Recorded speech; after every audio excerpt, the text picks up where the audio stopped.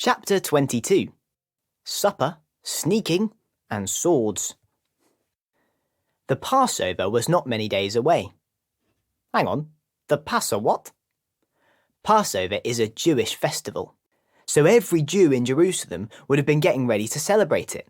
They'd been celebrating Passover for hundreds and hundreds of years by having a special meal that reminded them of when their very ancient family was set free from Egypt.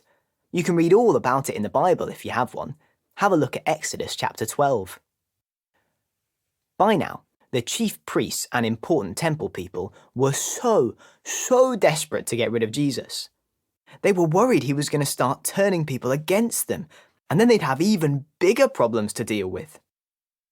But then, the devil got to Judas, one of Jesus' 12 disciples, and persuaded him to do something that would change everything. So Judas went to see the people who wanted to get rid of Jesus, and together they made a sneaky plan. Judas ended up with a nice pile of money for his trouble, and so he agreed to find a time and place when Jesus would be away from the crowds so that he could be captured. Passover arrived, and everyone started to get ready. The first thing they needed to do was sort out the lamb for the meal, so Jesus asked Peter and John to go and make a start. But they said, "Where are we going to eat? Where should we go and set everything up?" When you go into town, you'll see a man carrying a huge jar of water. Follow him, and when he gets to his house, tell the owner that your teacher wants to know where he can celebrate the Passover with his friends. Then he'll take you upstairs and show you a room where you can get everything ready. Sure enough, when Peter and John got into town, everything happened just like Jesus said it would, which was probably a good thing, otherwise Peter and John might have looked pretty strange. Later on, when it was time for the Passover meal, Jesus and his mates sat down to eat. But just before they started, Jesus said something. "I've been really looking forward to having this meal with you guys before everything starts to happen. I'm going to suffer soon, and I won't get to have a meal like this until we're all together with God." Jesus picked up a cup of wine from the table, thanked God for it, and said, "Pass this around, share it. I won't be having any more wine until God's kingdom is here." Then Jesus picked up some of the bread from the table and thanked God for that too. He tore the bread into pieces and gave it to the disciples and said, "This bread is my body. It is broken for you. Eat it as a way of remembering me." He picked another cup of wine, thanked God for it, and said, "This wine is my blood. It is poured out for you. God is using it to make everything new." Then Jesus looked each of the disciples in the eye and said, "The person who's going to betray me is here, in this room. It's one of you. I will die just as I was meant to, but for the person who betrays me, it will be horrible." Everything went crazy.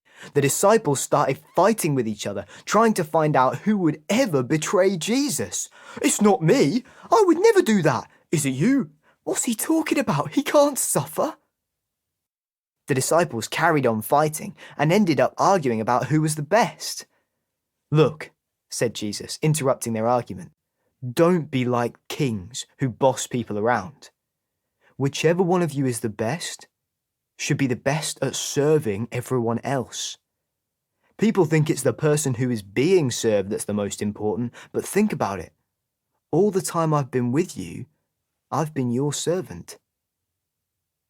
But because you've stood by me, even when things have been hard, I want you to know that I will make you like kings, because God has made me king over everything. You'll be with me in my kingdom, and we'll eat and drink together." The disciples stopped arguing. This was all starting to sound pretty serious. "Simon Peter," Jesus said loudly, "listen to me. Every one of you will be tested when I'm gone. But Peter, I've asked God to keep your faith strong. And when you come back to me, help the others. But Jesus, I'd do anything for you. I'd go to jail for you. I'd even die for you. Oh, Peter, said Jesus, if only you knew. Before you hear the cries of the rooster tomorrow morning, you'll turn away from me 3 times.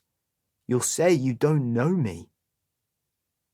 Listen, all of you, said Jesus. When I sent you out and said, don't take money or bags or shoes, was there anything that you needed? No, not at all, they replied. Now it's different. If you've got money, bring it with you. If you don't have a sword, buy one. If you've got a bag, fill it with all you can and carry it with you. It was written about me a long time ago. People will think he's a criminal. That's going to be true soon. That's exactly what they'll think. The disciples rummaged around in their bags and managed to find 2 swords. Look, Jesus, we've got 2 swords. That's enough now, said Jesus as he began to walk away. Jesus was heading back towards the Mount of Olives, and the disciples followed him quietly. When they arrived, the disciples sat down and Jesus said to them, "Pray now. Pray that you won't be tested." Then Jesus kept on walking and left the disciples behind. Suddenly, he fell onto his knees. God, please don't make me do this. Please don't. But do what you want to do, not what I want. Jesus was in so much pain that an angel appeared and came to help him. Eventually, Jesus got up and went back to find his disciples. They were snoring their heads off, fast asleep. "Why are you asleep?" he said. "Why were you not praying? Wake up now and pray that you won't be tested." Jesus was still trying to wake the disciples when a crowd of people appeared in the distance. They were getting closer pretty quickly, and as they did, it became clear that there was one man out in front. The disciples squinted at him. It looked like But it couldn't be, could it? It was. It was Judas. Judas came strolling over and gave Jesus an enormous hug and planted a great big kiss on his cheek. But there was a strange look on his face. "Judas, are you betraying the Messiah with a kiss?" And then it dawned on the disciples. It had been Judas all along. Jesus was about to be arrested and taken away. They grabbed their swords and ran towards the crowd. "Shall we attack them, Jesus? Shall we use our swords?" "No, stop, that's enough," said Jesus, as people from the crowd grabbed hold of him. But it was too late for one of the crowd. Someone had swung their sword at him and cut his ear clean off. Ooh! Jesus simply reached out and touched the man's head, and his ear was instantly healed. Jesus spoke to the crowd as they tried to lead him away. "Why are you arresting me like this? Why did you bring all these swords and weapons to hurt me? Why are you treating me like I'm a criminal? I was there every day in the temple. You could have taken me away whenever you wanted. Why now? Why like this?" This is the time. Now the darkness is in control. They led Jesus away. Peter waited until the crowd had gone off ahead, and then he followed them, all the way to the house of the high priest. Once Jesus had disappeared from view, Peter snuck inside.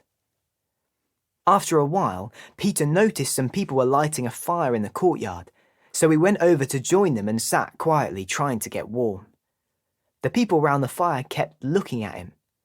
Peter buried his face in his cloak. "He was with Jesus," one of the women announced. "I was not. I've never even met him," mumbled Peter into his cloak. Later on, someone else said, "Hey, you're that guy who was with Jesus, aren't you? You're one of those disciple people." "No, I'm not," said Peter. "Stop saying that I am." But then, about an hour later, someone else spoke up.